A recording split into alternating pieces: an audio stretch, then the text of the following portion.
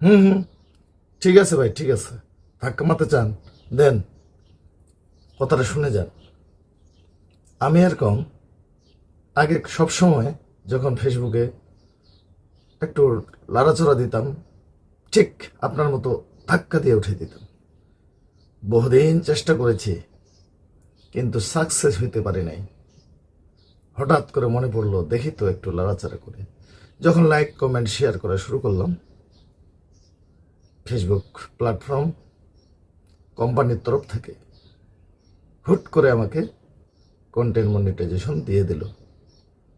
তো আপনিও ঠেলাঠেলি করিয়েন না ভাই, একটু সামনে যার ভিডিওটা আসবে মনোযোগ সহকারে দেখবেন, দেখে গঠনমূলকভাবে দুটো বা একটি কমেন্ট করে যাবেন।